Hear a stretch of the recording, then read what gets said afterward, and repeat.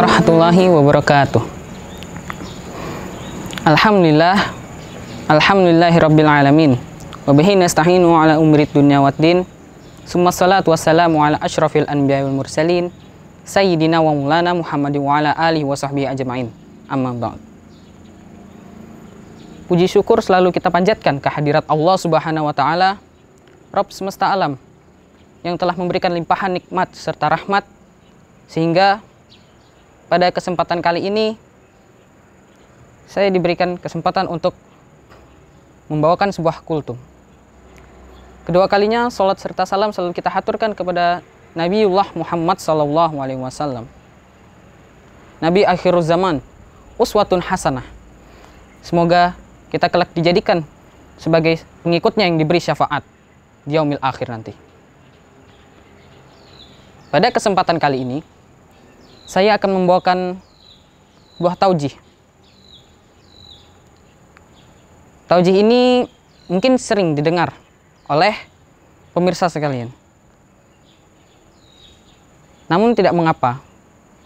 Bagi yang pernah mendengarnya, ini dijadikan sebagai pengingat dan penyemangat untuk kembali beramal. Taujih pada kesempatan kali ini ialah keutamaan bulan Ramadan. Bulan Ramadan memang adalah bulan yang sangat spesial bagi umat muslim dan memiliki banyak sekali keutamaan.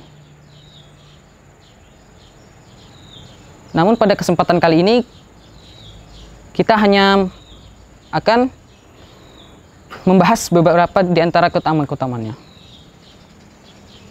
Salah satu di antara keutamaan bulan Ramadan adalah malam Lailatul Qadar. Apa itu malam Lailatul Qadar? Malam Lailatul Qadar disebutkan di dalam Al-Quran, dalam surah Al-Qadar. Lailatul Qadri khairum min alfi syahr. Lailatul Qadar itu lebih baik daripada 1000 bulan. Bisa kita anggap bahwa jika kita beramal di dalam malam Lailatul Qadar, maka nilai ibadahnya itu sangat banyak, melebihi 1000 bulan.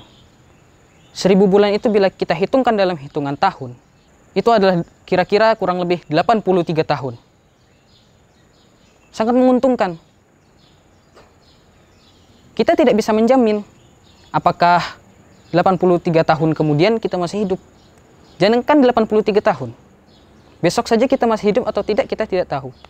Jadi apabila kita beramal di dalam malam Lailatul Qadar ini, kita mendapatkan untung yang sangat besar.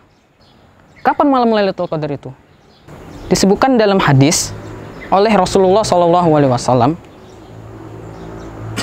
yaitu malam Lailatul Qadar itu ada di 10 malam terakhir dalam bulan Ramadan,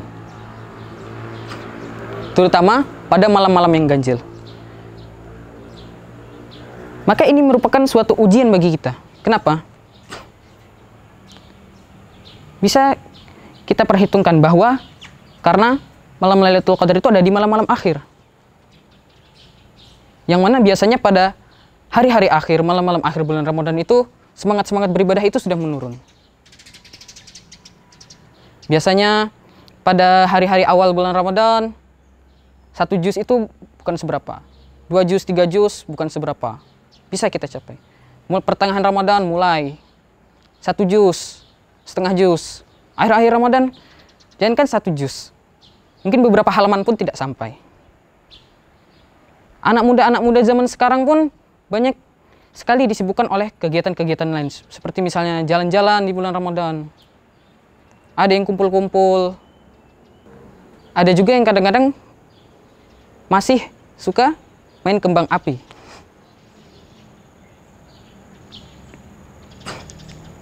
Nah, ini menjadi pengingat untuk kita bahwa menjelang akhir Ramadan itu bukan berarti perjuangan kita itu semakin menurun.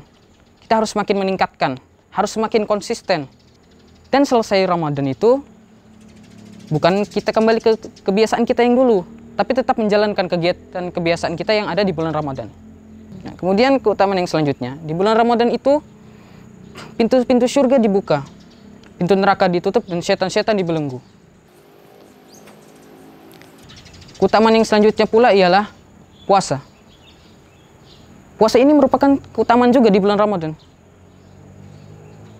Kenapa? Puasa ini merupakan amal yang diwajibkan ketika ada di bulan Ramadan. Disebutkan dalam Al-Quran, yaitu ya ayyuhalladzina amanu kutiba alaikumussyam kama kutiba alal ladzina min qablikum la'allakum tattaqun.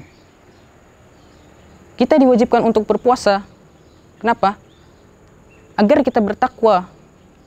Sebagaimana orang-orang terdahulu sebelum kita pernah diwajibkan juga untuk berpuasa. Utamanya orang yang berpuasa ini banyak sekali. Salah satunya ialah diberikan pintu khusus ketika masuk surga nanti. Pintu yang tidak akan dimasuki kecuali oleh orang-orang yang berpuasa, yang bernama Ar-Rayyan. Tidak hanya orang yang berpuasa, orang yang menyiapkan buka puasanya juga mendapatkan pahala. Bagi orang yang menyiapkan buka puasa bagi orang yang berpuasa, diberikan pahala sebagaimana orang yang diberikan dia itu makanan. Bisa kita bayangkan misalnya, kita dalam kondisi sedang tidak punya harta. Kita berpuasa, kita hanya punya segelas air. Alhamdulillah kalau masih ada segelas air, kalau tidak ada. Tiba-tiba datang saudara kita. Ya akhi, ini makanan untuk Anda berbuka puasa, saya ada lebih, jadi saya berikan. Alhamdulillah, rasanya senang sekali. Kenapa? Ada saudara yang peduli dengan kita. Begitu pula dengan orang yang memberikan makanan tadi. Bukan hanya mendapatkan pahala seperti orang yang diberikannya makanan tadi. Bahkan mungkin orang yang diberikan dia makanan tadi ikut mendoakan dia untuk mendapatkan kebaikan. Nah, puasa ini merupakan amalan yang khusus juga. Kenapa? Karena bagi orang yang berpuasa, Allah Subhanahu wa Ta'ala sendiri yang akan membalas amalan puasanya. Khusus, langsung Allah yang membalasnya. Bisa kita ambil kesimpulannya, kenapa? Karena kita tidak tahu apakah orang di samping kanan kita, orang di samping kiri kita, mereka berpuasa atau tidak. Untuk amalan yang lain seperti sholat, mungkin ada orang yang bisa melihat. Amalan seperti sedekah, ada yang bisa melihat. Tapi kalau amalan puasa, tidak ada yang tahu. Hanya Allah dan kita yang berpuasa saja yang tahu. Nah, kurang lebihnya mohon maaf. Billahi taufiq wal hidayah. Assalamualaikum warahmatullahi wabarakatuh.